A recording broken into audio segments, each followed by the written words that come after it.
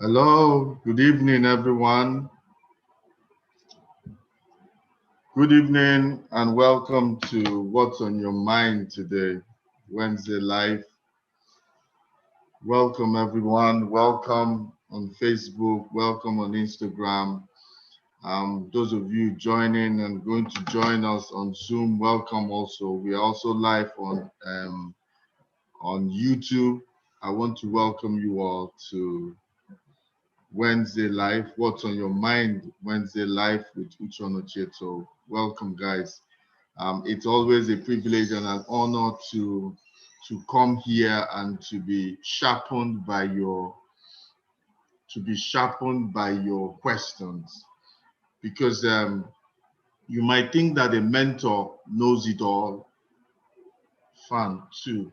You might think that a mentor knows it all, but when you ask questions, you bring out the deep things inside that person.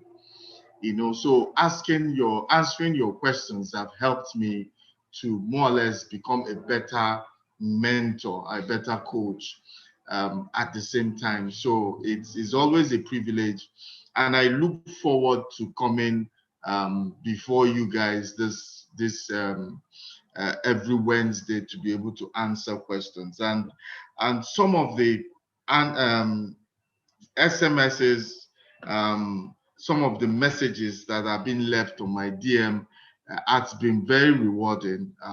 We are blessing lives, and it's been great to know that we are blessing lives, we are blessing people, and it makes it all worth it. So I come here every Wednesday. I'm kind of fulfilled that this thing that we're doing, um, or this thing we have been doing for um, a couple of years, it's decades, also really decades. It's been worth it. Okay, so I have a special guest with us this evening, a colleague of mine from South Africa. She's here with us to be part of to share her experience.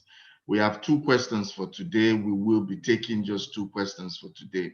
She will be taking one of the questions because it's something that she's quite vast in. So she will take the first question, then I will also take the second question, and we will all have time to just share something on the two questions. So it will be more like a panel session this evening, and it will be like this for a while. I have some other colleagues in South Africa that I might be bringing in from time to time to also share in their wealth of experience in this. So, Miss Julia, welcome. If you can hear me, welcome to. Thank you for joining us today. Welcome to What's on Your Mind. I can see that you're in-house. So I just want us to just go straight to the question. If you can just get straight to the question. And I can see also, Julia, that you're on Instagram, so that's fine. Thank you very much, That sir. will help our Instagram. We also help our Instagram community, our guests on Instagram. You guys sign up on Instagram. So Julia, are you there? Are you there? Are you ready? Can I hear you, Julia? Can I?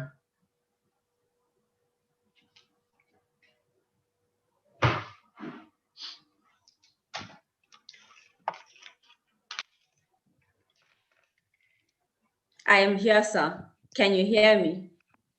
Hello? Yeah. Hello, Julia. Okay. Can you hear Yes. me? You should hear me now. Yes, I can hear you now. How about on Instagram? You are live on Instagram as well? Okay. Okay. Yes, I can hear you. All right. Um, all right. Guys, just give us a minute. Okay, go live. Yeah. Yes, I am on Instagram. I have just put a request to join your call on Instagram. I see you've accepted. Yeah, so it's just all right. But can we see you now? Yeah.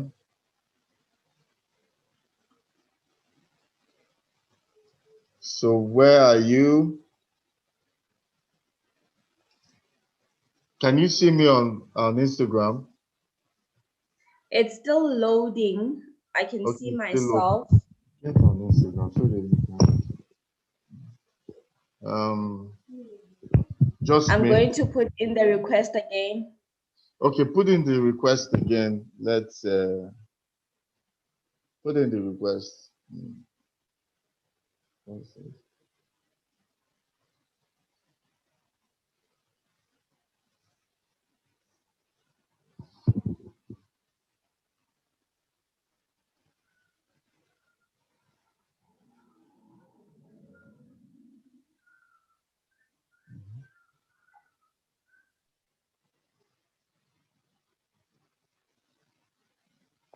Okay.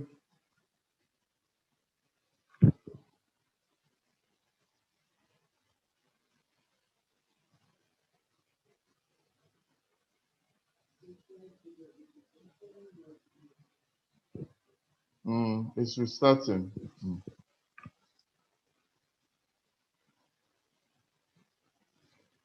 All right. So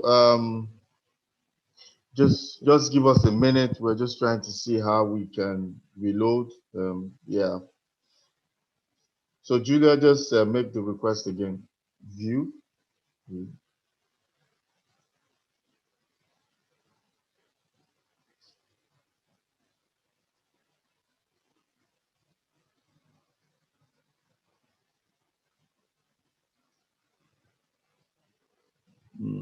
There's something. Wait.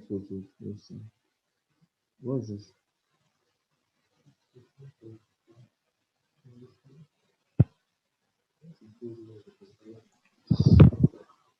Okay, so on my side, it's just loading. It's just loading. Your video. It's disconnecting here. Once we accept, it disconnects. So let's do it one more time, and let's try one more time. Okay. Let's try one more time and see.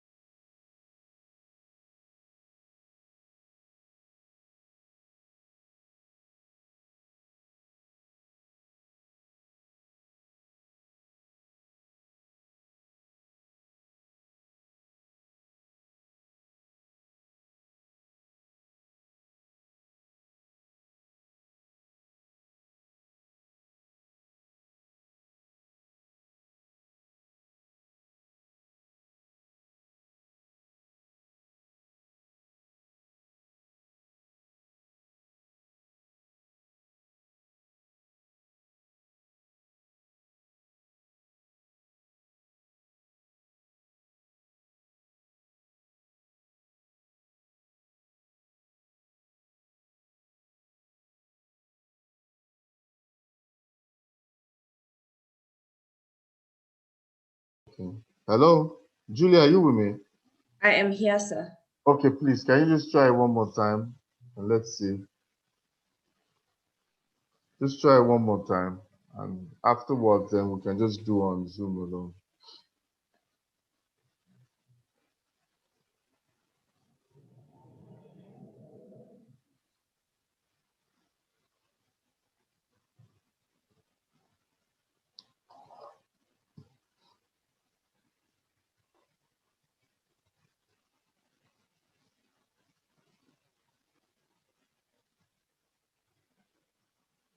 Can you see me now? Yes, I can see you. I'm going in. Okay.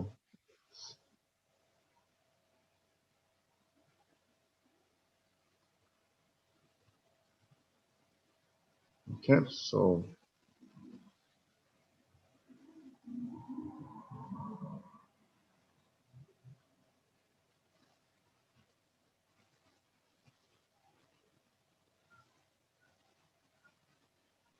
There we go. okay, all right, here we go. I think maybe it had to do with the system. We had to use another system. Yes. So, guys, sorry about that. We need to just we need to go ahead. For those of you that have been coming in and going out, I'm so sorry. So sorry. Now we can get to the questions. We have 2 questions, so I believe that we will do justice to it. Like I was saying, we have 2 questions for today, and my colleague from South Africa will be taking the first one.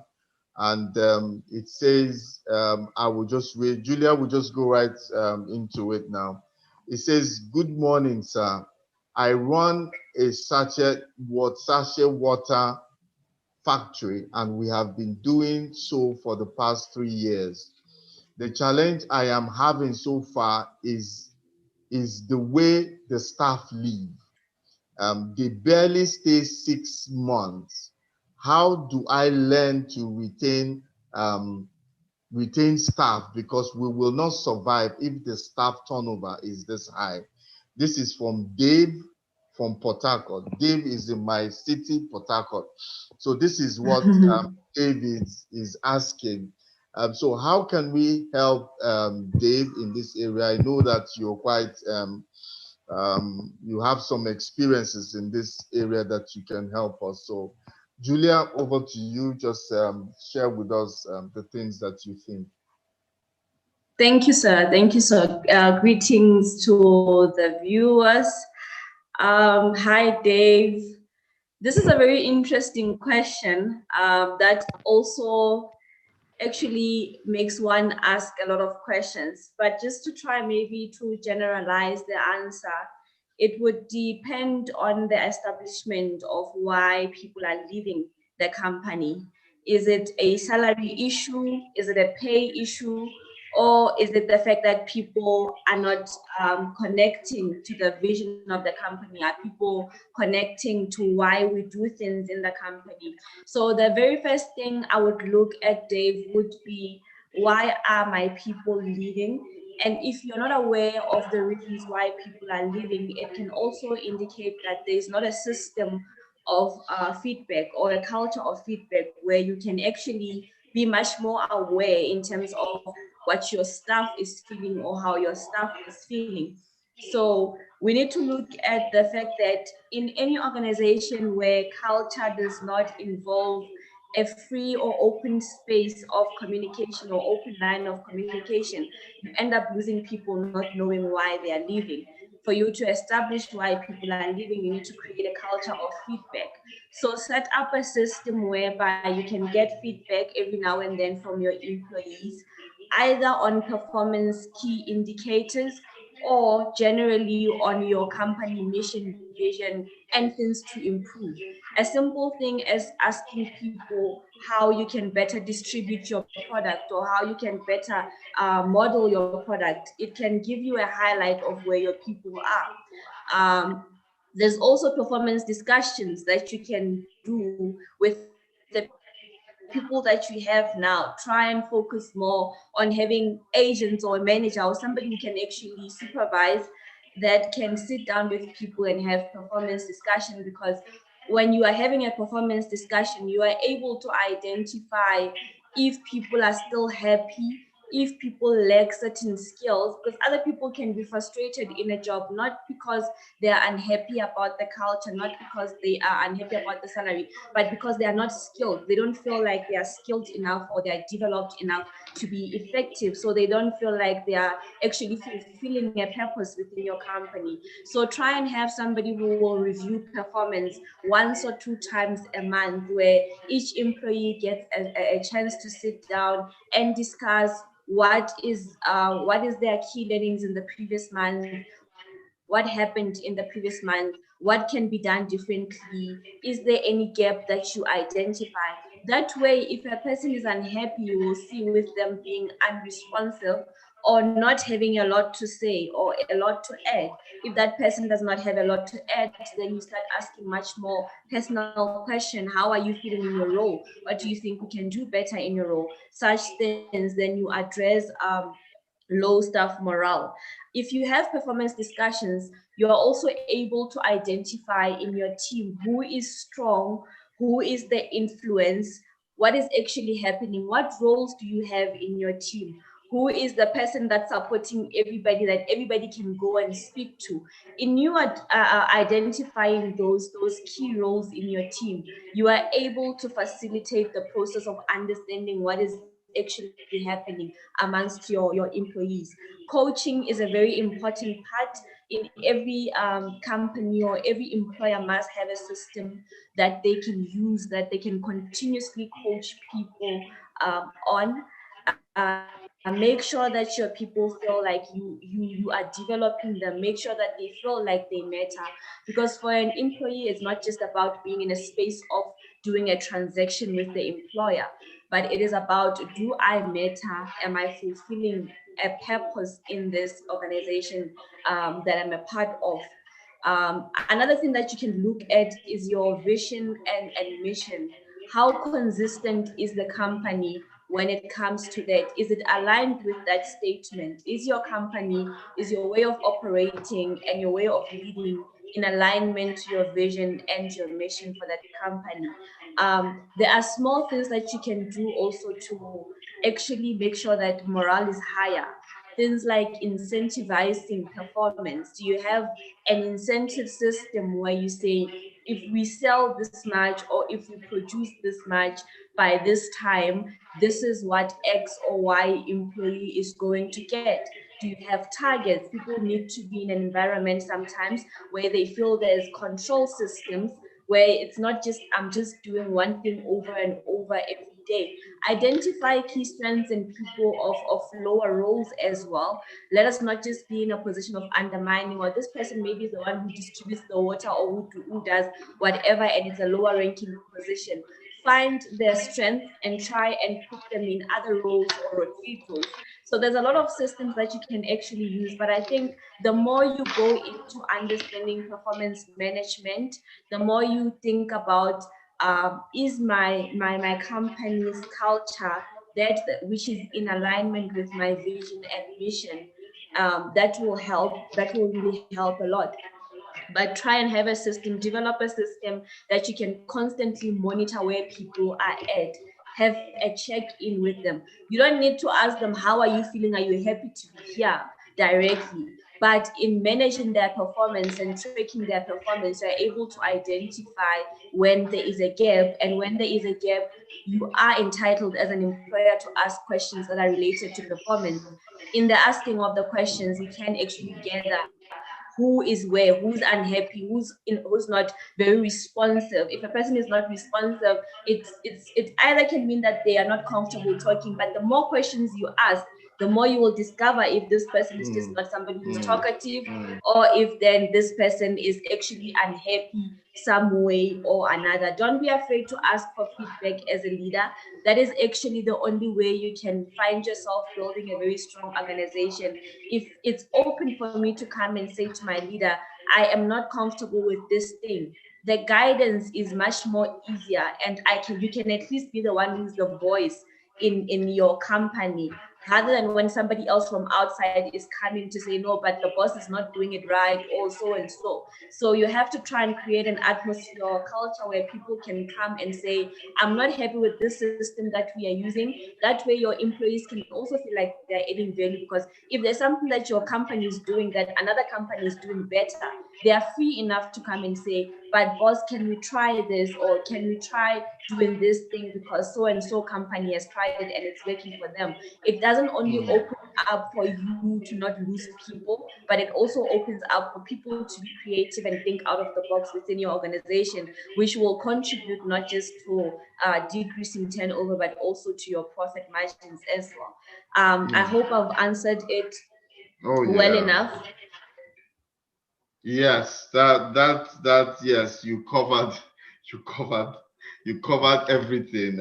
Thank you for that, because I feel that most of the time we just can we just throw more light? I'd like you to throw more light on the hiring process. How Yes. can you correct this?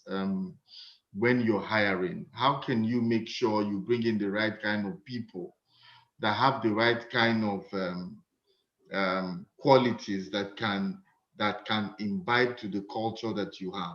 Because another thing is that people don't develop their own in-house culture, and when a culture is not determined before you start employing, it means that everybody is going to come into the organization and just do as they want, but every organization, just like every home, has its own culture, has its own way of doing things. So now I will advise Dave, first of all, to think of a culture.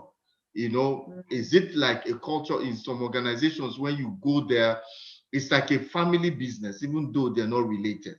So it's a family oriented kind of workplace. It depends on what you want.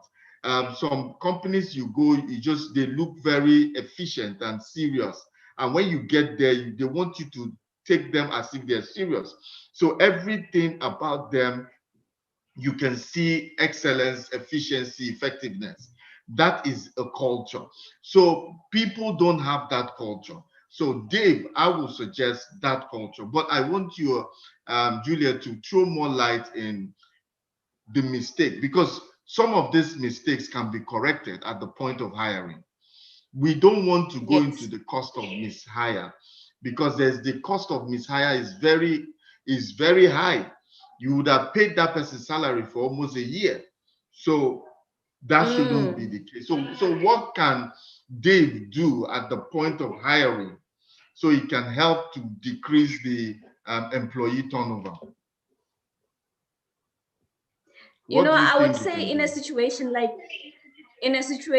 his, it will again depend on what kind of skill does he need in his company. There is something that I once read from one leader saying that if you hire for skill, you can get skill, but it doesn't mean that you will get the right attributes or the right attitude of the employees that you want in your company. And some people are skilled, but then they don't have the right attitude, which means that they end up influencing everybody else in a bad way, and you end up losing people who are much more committed to your vision because there's one skilled person who's making them feel inferior. So there is not really like a set formula that I personally would say, look for a person who has the degree in whatnot. Yes, look for relevant people in relevant position in terms of job requirement, but also consider the fact that you want to hire people who are in sync in terms of attitude, or in terms of values with what your company is about or what you want to achieve in your company. So the first thing I'd say that perhaps Dave should be a part of all his interviews and ask more questions that are relevant to his company culture, which he has to go and establish, and questions that are more relevant to the value system that he has in his organization. But qualification is obviously important. You cannot hire somebody who is a typist for an engineering position. It's obviously very important to look at, did this person study towards this? Is this person even passionate about it? So he has to be a part of the recruiting process. If it is not a very huge company, if it is a huge company, then find somebody who can manage the talent that is in alignment with what he wants as part of his culture. But I think, like you said, it's very important to define culture first before you can look for people. It's as much as trying to find a partner in business without establishing your values. If you just get people in because you want the job to be done, at the end of the day, like you said, you will end up losing a lot of money because you'll be paying somebody thinking that they are doing the job and it's not being done at all. And if I can just maybe give an example, when we're speaking about culture, just to make it much more clear, we had a statement, a culture statement once. Julia, just a minute, please, I have someone, maybe help me. I have a guy, Collins, is on Facebook, and I have people on Facebook, and I'm sure they're not participating in this panel. So please, can I just give your indulgence for those of you on Facebook, if you can move over to Instagram, so you can be part of this conversation, because I'm sure they will be hearing me nodding and not talking and be wondering what is happening. Oh, yes. We have guests. To those of you on Facebook, we are having guests. So please, maybe you should move over to Instagram so you can be part of our deliberations. Thank you. So you will not be left out. Just me alone, because I have a panelist here with me. Okay, thank you. Julia, you can go ahead. You can go ahead now. Okay, all right. So I was saying, to just give an example of what we would say creating a culture for your organization would be. You can have something like a statement that everyone who joins the organization will know and understand, and it's an everyday working process thing. So at one stage, I was part of an organization where we spoke about a lot about culture, and one of the things was for each branch to actually establish their own culture in-house. So we had a statement. An example would be creating a culture of exceptional performance through holding each other accountable and reporting daily. So that is something that you can actually work with on a daily basis at a much more smaller scale, but built into the organizational culture, or the culture of the organization. Like you said, established, do you want it to be too corporate? Do you want it to be a bit of a relaxed environment? Is it an environment that's much more target driven? Is it an environment that is more skill driven? How actually is the organization defined there? Because it's not just about this is what I want to achieve as an employer, but it's about also this is the kind of environment that I would like to host that achievement in.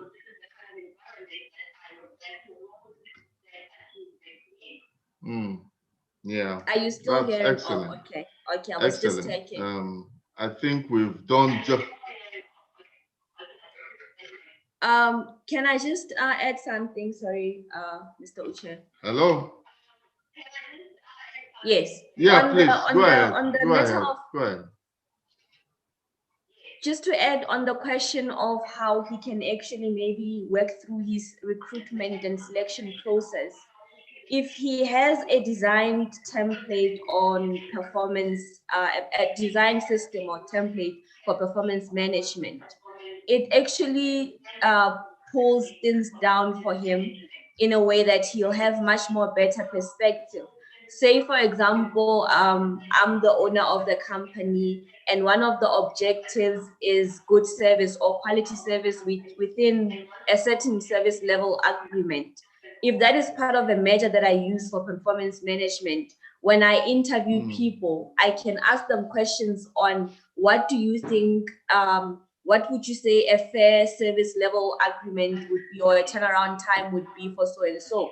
So you actually get much more specific feedback from the person you are interviewing to say, okay, is this person in line, in sync with what I believe or not?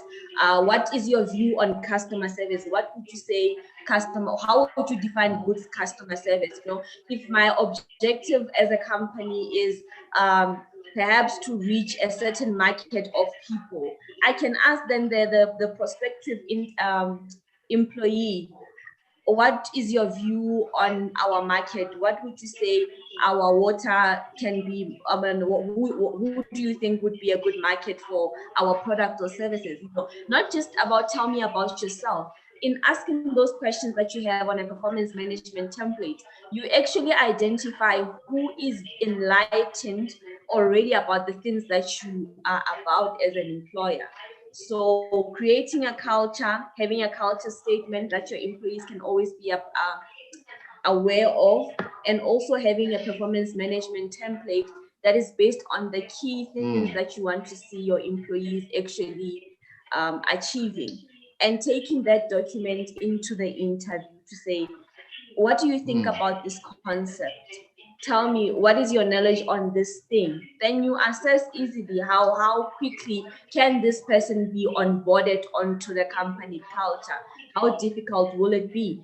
As part of other interviews that I attended, feedback would be one leader of mine once said to me, I liked the candidate that was being interviewed, but then he said, we're not hiring this person. I said, why? They are qualified.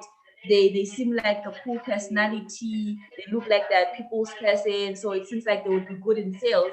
And he said, this person has a gap from the time he finished university up until now. And there's only 1 month of service at a certain company.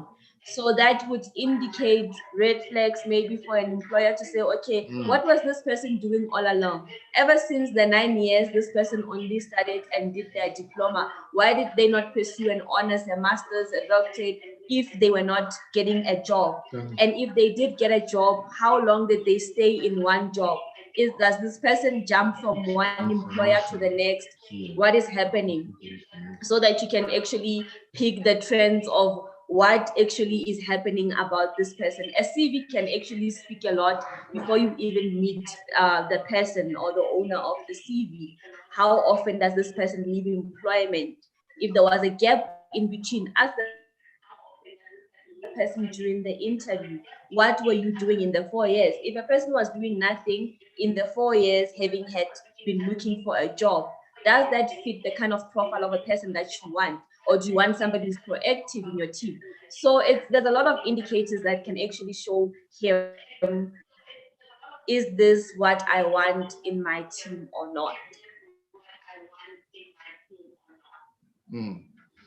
Excellent, excellent. That's excellent. Thank you for that contribution. I believe that if Dave, I think we've done justice to your questions, to your question, and I feel that you have an insight what would have gone wrong. So now, if you can follow some of this, if you can follow these steps, I'm sure you make that correction. So if you miss Dave and any other person that missed this first question, you can get the full teaching on YouTube. If you can just go to Uche Onochie on YouTube, you will be able to get all the teachings, all these conversations that we have, all these panel discussions, you will get it on YouTube. So Dave, if you missed any part, I believe that you should go there and listen and take notes, and I'm sure you turn around the employee turnaround will reduce instead of increasing every month. Okay, I have the second question. Let me just answer that. It's quite wide. I have someone sending a question, and he says, what will be the best way to build wealth on investments for someone without a finance background or a good knowledge of managing finance? There are two questions here. What will be the best way to build wealth on investment for someone without a finance background or good knowledge of managing finances?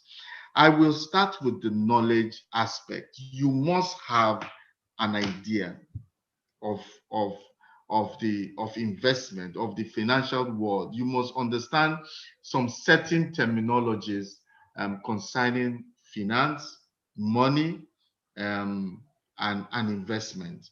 It's not something you can run away from. it is not something you can run away from. It is actually something that you have to learn. For me, investment, the first thing I do is I go to Investopedia. There are 4 sites that I visit once I sit down on my chair. I visit Investopedia. There's also one on, I can't remember, one on business, one on, I want to know what is happening in the financial world. And I'm not reading as if I have an examination. Investopedia, you will get the idea of what investment is. Just looking at how people, what is trending in terms of investment all over the world, will begin to give you an idea of what investment really is. So I would say start with first thing in the morning. Why do I say first thing in the morning? I try to make people realize that the first thing you need to do in the morning is not go to the social, is not use the internet for just social. Because some people, once they wake up, they pick their phone.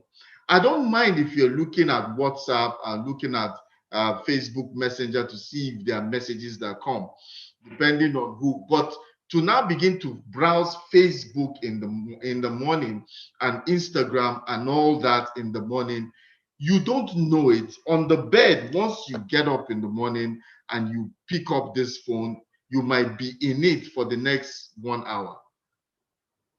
So there has taken some kind of solid information, even if it's for 30 minutes, for 1 hour, before you can do any other thing. But you check your messages. WhatsApp is not so much about socializing and talking out there, but you have contacts that contact you on that. So I would say the internet, I use that, and I just begin to familiarize yourself with what are they saying, what are these things, what is capital, what is return on investment, what is bank interest. These are simple English words that they are not financial. It's not like you need to go to a special school to know them. Just be familiarizing yourself, and you can also take courses. Udemy, Coursera, they are free. There are some $6, $7, and it's just 3 hours course. Those ones are good. You're not putting any stress on yourself. You just want to know how money works, because people miss it at the point of money management. They don't know how money works, so they don't understand how to position themselves to make money to begin to work with them. So the first thing I say is knowledge. Get a little bit of knowledge. I've given you Investopedia, since you're talking about investment, and how to build small businesses. Just browse through 10, 15 minutes every day. You'll be surprised how knowledgeable you will become in it. Then you talked about building wealth on investment. Building wealth on investment starts with generating capital for investment. What are you going to invest with? That is where you start. What are you going to invest with? How do I raise these funds? Because if you don't have funds, you can't invest. So investment starts first with savings. If you cannot save, you cannot be rich. You know why? Because if you cannot save, you will be eating your capital every time, and your capital is your seed, and your seed is supposed to bring a harvest. So another word you are using is that I want harvest. I want abundant harvest. That is investment, return on investment. But you need to create the seed first. The seed is the capital. How do I create that seed? You can start to save. I have a model that I teach in our business school, and I have, some of the things that I do, I test them out. I use people as test cases so that I can teach, knowing fully well that I use someone and this is real case study. A guy that had 100,000 naira, I was able to give him a formula on which he can save 680,000 naira at the end of the month. So how much is his salary? It's 100,000 naira. In a year is 1.2 million, but he's able to save 680,000. How is that possible? But it's very possible. It's been tested. It's been tested that you can. So it means that this man feels that he's poor. He feels that, well, he's just a struggling man, but he was able to raise 680,000 naira to start his journey in the investment world. So now you need to understand how to save. Investment starts to be able to put aside a percentage of your earning. Discipline yourself to save a percentage of your earning. Once you are able to do that for a year or two, depending on what you want to do, now you are gathering money. That is the mother hen, or the what do I call it? The chamber, the money multiplication chamber that is bringing in money. It's a simple concept.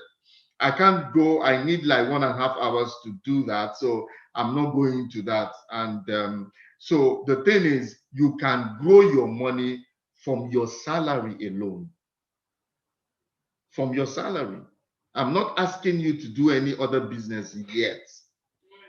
So once you learn, the first one is information. The second one is having a savings formula, what to put aside, and watch it grow for at least a year. Now you have 680,000 naira or 680,000 rands, or whatever the case may be. What do you now do with it?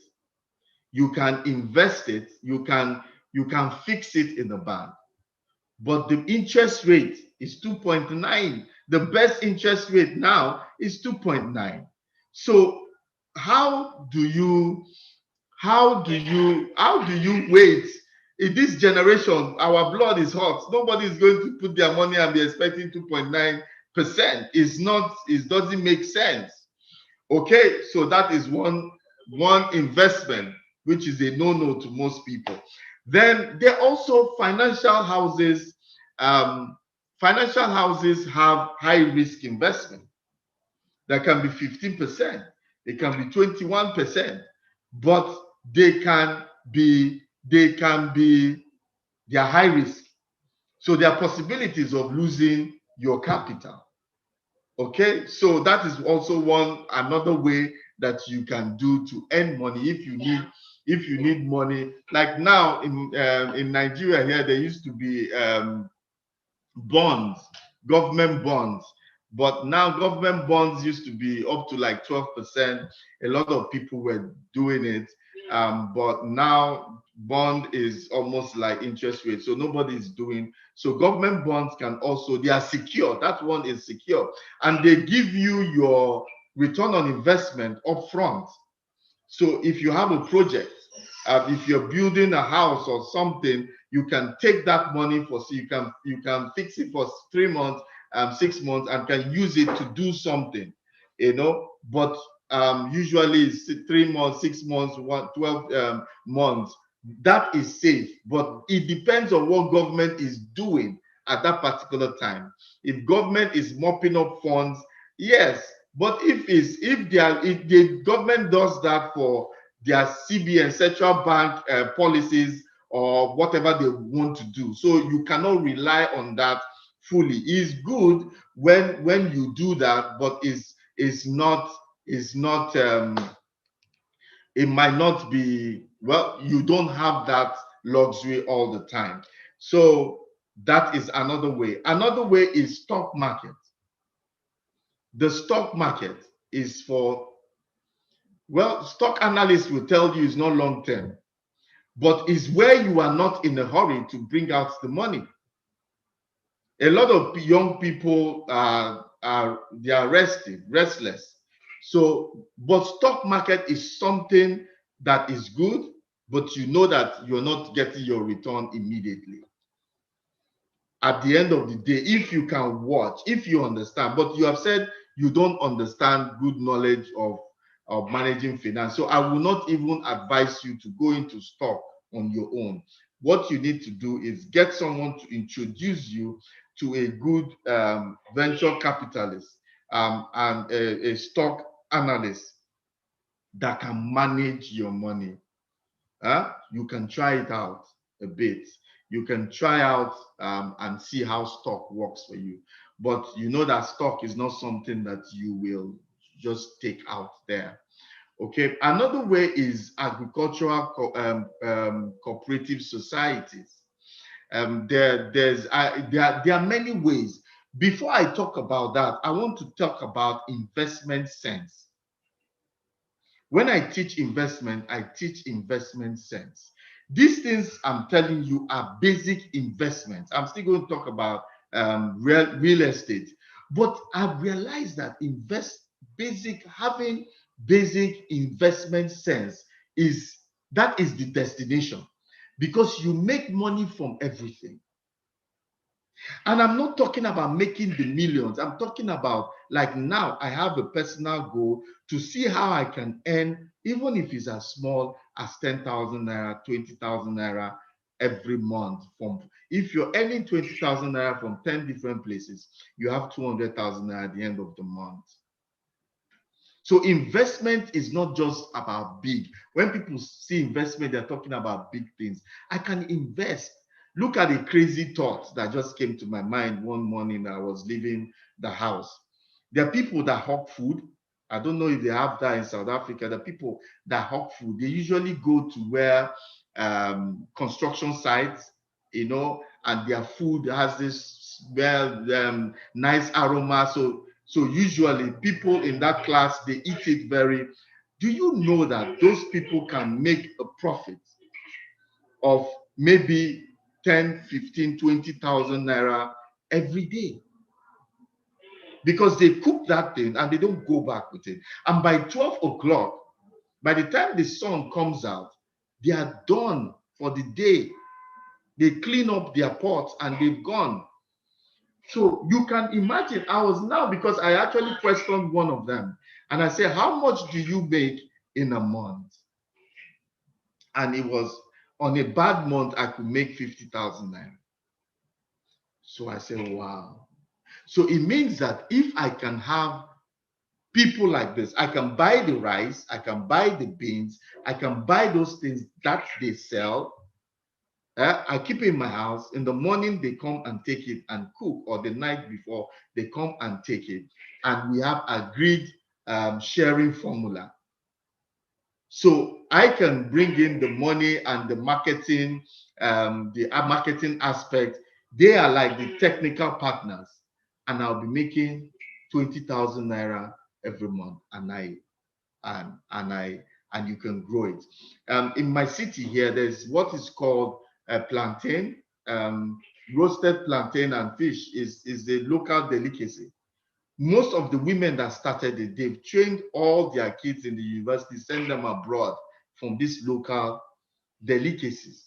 So it depends on how you look at this. That is an investment.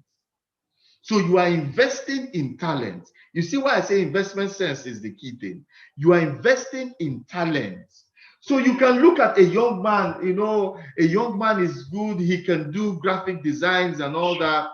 You can say, come, I can blow you up because I'm a marketer, I'm a salesperson.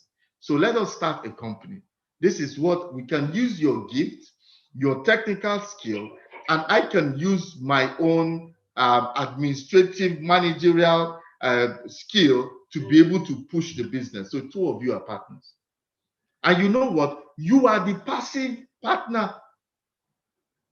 You have other businesses. So now you can sit down at in your house and you have small businesses all over working for you.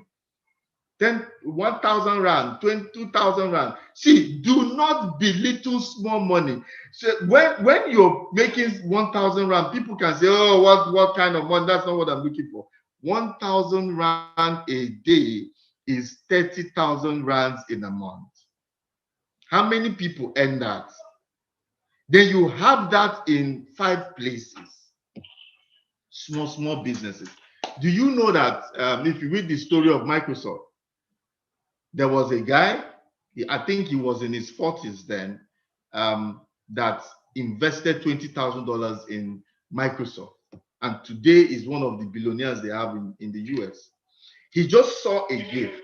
He just saw that this gift, he wasn't too sure, but he agreed, this young man, I feel that he's going somewhere, is going places. So what he did is he invested in that, and look at the benefits. So don't let any talent pass you by. Are you getting what I'm trying to say? That's investment sense. Then you can also go into agri cooperative society. There was one we tried to do the other time, is about piglets. 6 people come buy pigs, and the investment is the gestation period for the pigs. So when the pigs, when they give birth, the females are kept, the males are sold. So in that circle, everybody will have 10,000 naira, 5,000 naira is every circle. So that in itself can be some form of cooperative. Agric has a lot of organizations that are strong in agricultural cooperative. You put in a certain amount, you get a certain return. That it can also be in investment. But I will introduce, I would like to introduce this idea of let us grow businesses, because that is my passion. Make in Nigeria, make in Africa. Let's grow businesses by investing in these young people. See, there's this program on DSTV, one of the channels there is called Dragon's Den. Dragon's Den, where rich people sit, you share, you make your pitch, they buy into your company and help you blow it. You know, so something similar to that. So the ideas are there. People want to invest in stock, they want to invest in this and this and that, but they should be invest in people. Investing in people will turn you to a billionaire without you knowing it, because those people, they are just like they are people that have the potential, but they don't have the boldness. They don't have, you know, when you are born poor, you are restricted mentally and physically. So they just need that form of encouragement, and they will begin to shine. And the more they shine, the more you smile to the bank. Another one is real estate. Real estate.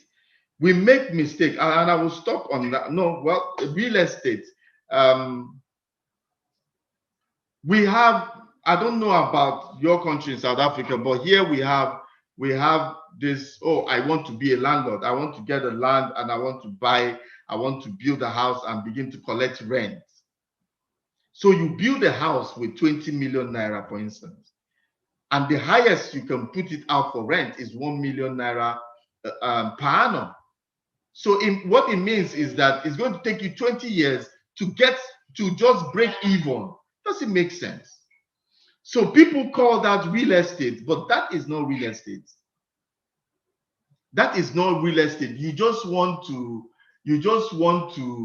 how will I say, you just want to excite yourself that I'm a landowner. I'm a landlord, and you go there, hey, pay me my rent, pay me my rent, pay me my. But if you look at the wear and tear of your own, how much you are putting into the house. I'm not discouraging anybody, you know. I'm looking at, because we're in a generation that the youth want to see the money coming, and they want to see it coming fast enough. So now we can look at, you can now look at other options. Real estate for me is ability to acquire property, acquire landed property, to either resell or to develop and sell. Like now, there's a guy many years ago. He went to a family that has maybe like 100 plots of land, and he had nothing. He just came out of school. I think he read, he just came out of school. And so he went to the family and said, look, we can develop this place and give you back this property in 10, 15 years. The property and the land is yours anyway. We get a bank. The bank will bankroll the project of having to build. Then they make their money and they give it back to you. That is a real estate investment. You are just a middleman. You are just a middleman, you know, and the guy is super rich today because of that idea. So you can acquire property, renovate, and sell. So you can acquire property, for instance, you can acquire a property and use, let's just say, they are not accurate words, use, build a duplex, maybe we call it duplex, I don't know what, build a duplex, 20, 25, 30 million, or 20, 25 million, and you're able to sell 45 million when you finish renovating. So it means that you can walk away with 20 million naira profit, but you need to understand how the real estate works. You know, like I said, they have real estate journals, they have real estate websites that you can familiarize yourself with. You can do this. You can syndicate funds.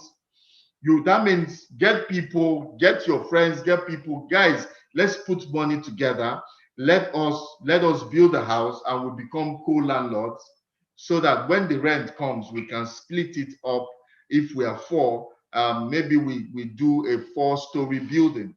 You have the first floor, you have the ground floor, you have the second floor, blah, blah, blah. I've seen people do that kind of, there are 4 of them, they do that kind of arrangement. Each one has his own floor. Then after that, they were able to, they did not take the proceeds, they used it to build 3 other structures like that. Then at the end of that, all of them became owners of each. And that was where their contract with each other, you know, so those are different, there are different things you can do. So you cannot become co-landowners, you can become co-property developers, or you can buy the property. The one I like is to buy, renovate, and sell. Look for dilapidated buildings, buy, develop, sell. I have an outfit. I have an outfit that does that. I have people that do that. That's why you see that I left it somehow for the last, because it's something I do personally. You can take loan. You can actually take loan to build a house. If you have land, or you have somebody that has land, you can get a loan, build a house, and resell and pay off the loan, and you have something to start with if you are looking for capital. Okay, so that is also a form of investment. Fintech, yeah, fintech is also an investment, because now probably businesses that you just need technical skills and a laptop. So you know somebody that is good in it, I can get you a laptop, give you data, and we can come into an agreement, some form of agreement, depending on, or is something you can do when someone's skill that you are using to start a company. Okay, human capacity development is also something you already know. It's just like saying, I want to start a business. I want to start a business. I invest in people. Like now I'm investing in growth, in people growing in South Africa. And in that, doing that, I am benefiting financially in that. So human capital development, the industry is growing, is just as close to the tech world, because people are looking for knowledge. I don't know the exact industry size, but I'm going to look for it. It is very close. Human capacity development is very close, because people look at courses. If you go to Facebook now, Instagram, you will see courses, universities. Harvard is doing courses on Facebook. So because knowledge, nobody goes to any building anymore. So this can also be, you know, I've talked. Let me stop here. But what I'm saying is, remember, investment sense. investment sense leads to discovering. For me, the money is in new things, in charting new territories, discovering new things, not the old. What I've shared with you is already there. It will profit you, but in discovering new paths, there lies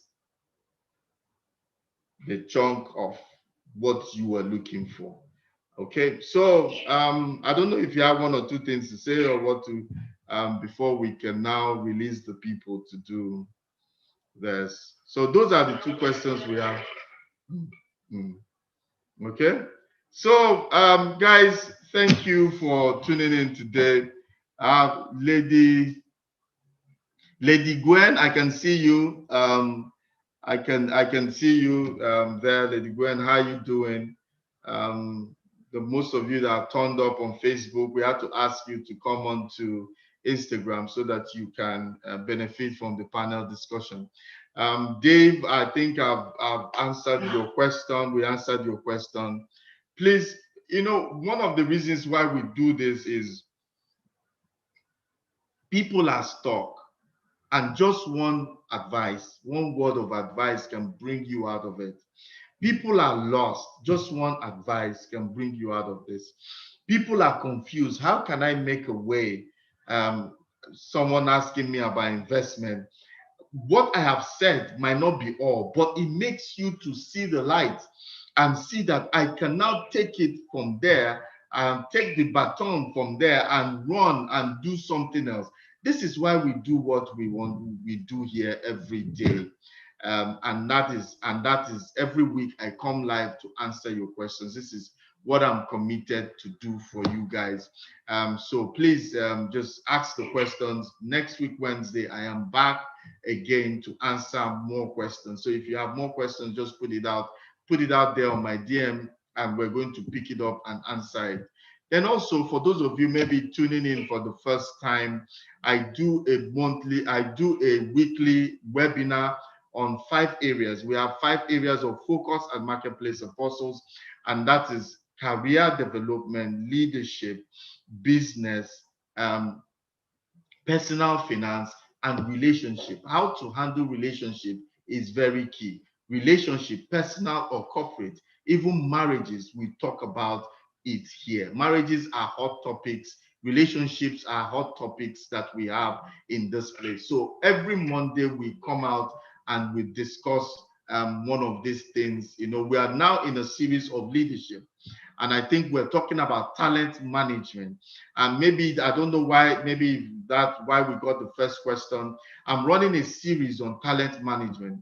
I dealt with talent management for organizational effectiveness last Monday, and the focus was on talent management model.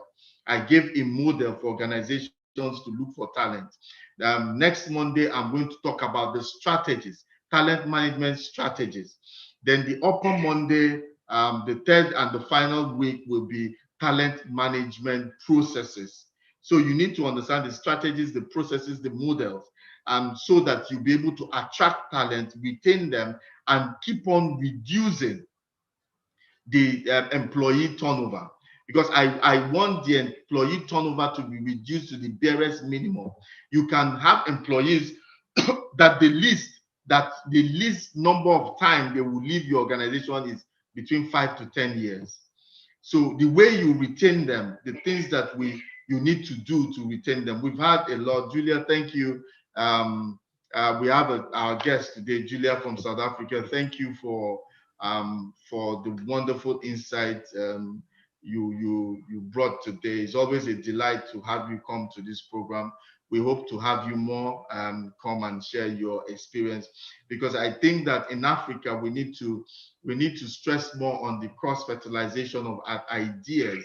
And I'm sure somebody someday is going to ask you something about South Africa so that you can educate us. And who knows, there might be some form of interaction between Nigeria and South Africa, because we need it. Definitely. And every black man out there is a brother, because we have similar problem. We have similar issues. So we must come together to see how we can help ourselves advance in the area of business, because we need to build businesses really in Africa. So that's Monday. I've talked about my Monday webinar. I'm also going to be around on Wednesday. But this is it. I leave you with this. On Monday, I can talk to you for 1 hour, 15 minutes. Wednesday, I talk to you for 1 hour, 10 minutes, 1 hour, 15 minutes.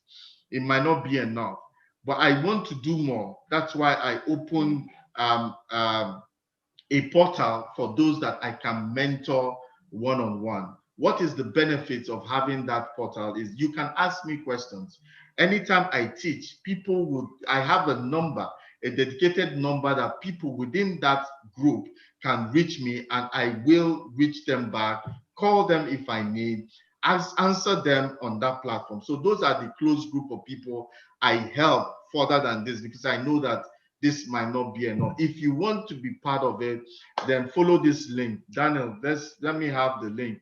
Follow this link and it will take you to a WhatsApp group where you can have access to me on that personal level. So it's linktree /Uche Onochie, but it's spelled like this. It's spelled LINKTR .ee /Uche Onochie. I'll say it again, LINKTR .ee /Uche Onochie. If you follow that link, you just register. It takes you to a WhatsApp group where we can interact more, and I'll be able to coach you more. So I'll leave you on this note. Have a wonderful Wednesday evening. Julia, thank you for coming. It's always a delight to have you. Thank you very much. And to the rest of you, if you're going to service, if you're going to church, if you're going home, drive safely and enjoy service. And you guys have a wonderful night. Until then, God bless you guys. Keep fit, practice social distancing, and pray also. Good night. See you guys. Good night. Bye.